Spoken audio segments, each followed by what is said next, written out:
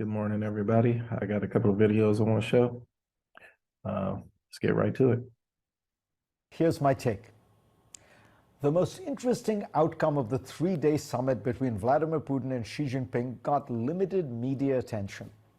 Describing their talks, Putin said, "We are in favor of using the Chinese yuan for settlements between Russia and the countries of Asia, Africa, and Latin America."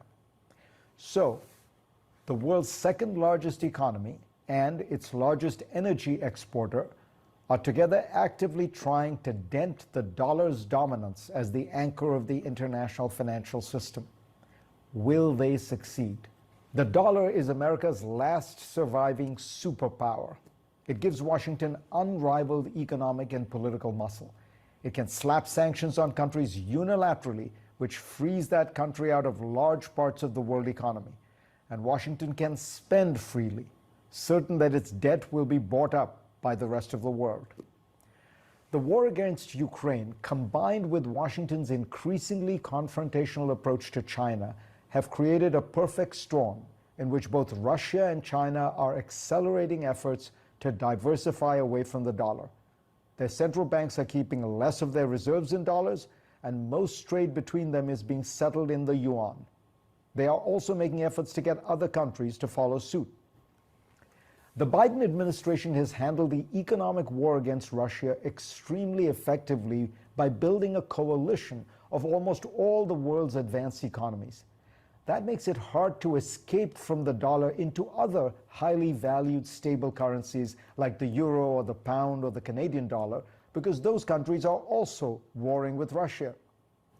What might have been a sharper turning point for the dollar's role was Donald Trump's decision in May 2018 to pull out of the Iran nuclear deal. The European Union was strenuously opposed to this move, but it watched as the dollar's dominance meant that Iran was immediately excluded from the world economy. Jean-Claude Juncker, then president of the European Commission, proposed enhancing the euro's role internationally to shield the continent from what he called selfish unilateralism. The Commission outlined a path to achieve this. It hasn't happened. There remain too many fundamental doubts about the future of the euro itself. Dollar dominance is firmly entrenched for many good reasons. A globalized economy needs a single currency for ease and efficiency. The dollar is stable. You can buy and sell at any time, and it's governed largely by the market and not the whims of a government. That's why China's efforts to expand the yuan's role internationally have not worked. Ironically, if Xi Jinping wanted to cause the greatest pain to America, he would liberalize his financial sector and make the yuan a true competitor to the dollar. But that would take him in the direction of markets and openness that is the opposite of his current domestic goals. All that said, Washington's weaponizing of the dollar over the last decade has led many important countries to search for ways to make sure that they do not become the next Russia. The numbers are revealing. The share of dollars in global central bank reserves has dropped from roughly 70% 20 years ago to less than 60% today and falling steadily. The Europeans and the Chinese are trying to build international payment systems outside the dollar-dominated SWIFT. Saudi Arabia has flirted with the idea of pricing its oil in yuan. India is settling most of its oil purchases from Russia in non-dollar currencies. Digital currencies might be another alternative, and in fact, China's central bank has created one. All of these alternatives add costs. But the last few years should have taught us that increasingly nations are willing to pay a price when they want political goals to trump economic ones. We keep searching for the single replacement for the dollar, and there will not be one. But could the currency suffer weakness by 1,000 cuts? That seems a more likely scenario. The author and investor Ruchir Sharma points out, right now, for the first time in my memory, we have an international financial crisis in which the dollar has been weakening rather than strengthening. I wonder if this is a sign of things to come. If it is, Americans should worry.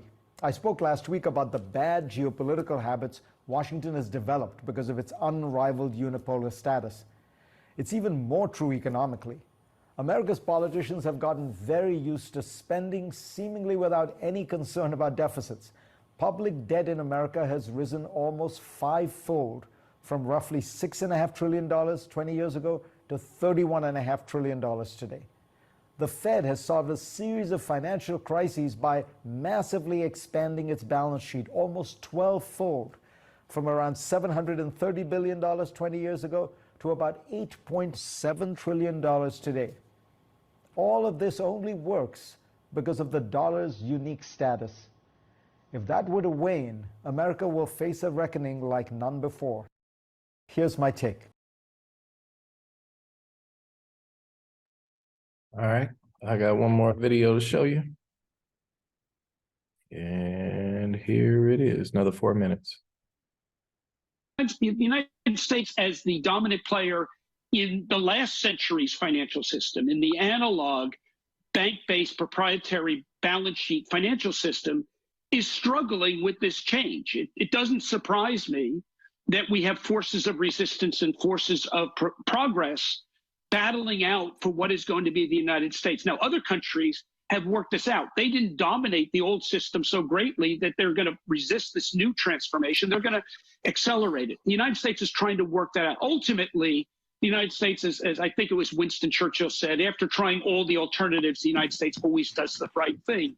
Eventually, we'll realize that our future is in an internet of value. Eventually, we'll take our rightful place as the leader of this change. But right now, we're still fighting out as to whether we're going to be a leader or whether we're going to be a resistor to this movement of value away from proprietary balance sheets to an internet-based basis of value outside. So my views from the outside are probably no better than yours. What I've really been focusing on this day is looking further down that road.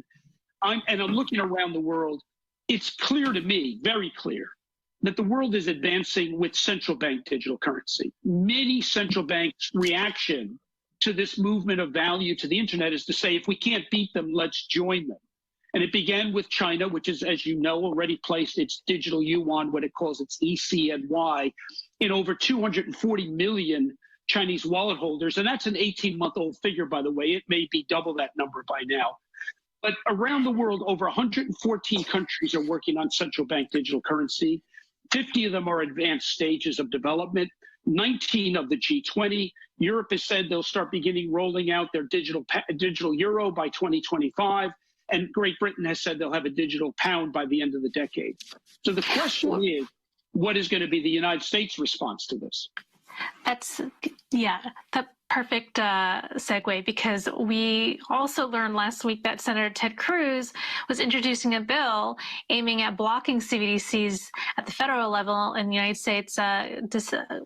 Governor DeSantis also in Florida wanted to ban it at a state level. And then we also hear from the Fed wanting to create Fed Now. So where does that put the development of a CBDC in the United States with the digital dollar project, which you've been working on, and what the Fed is now wanting to release Fed Now, and what we're seeing in policymakers wanting to ban them altogether? Well, with so much development going on, and here in the United States, a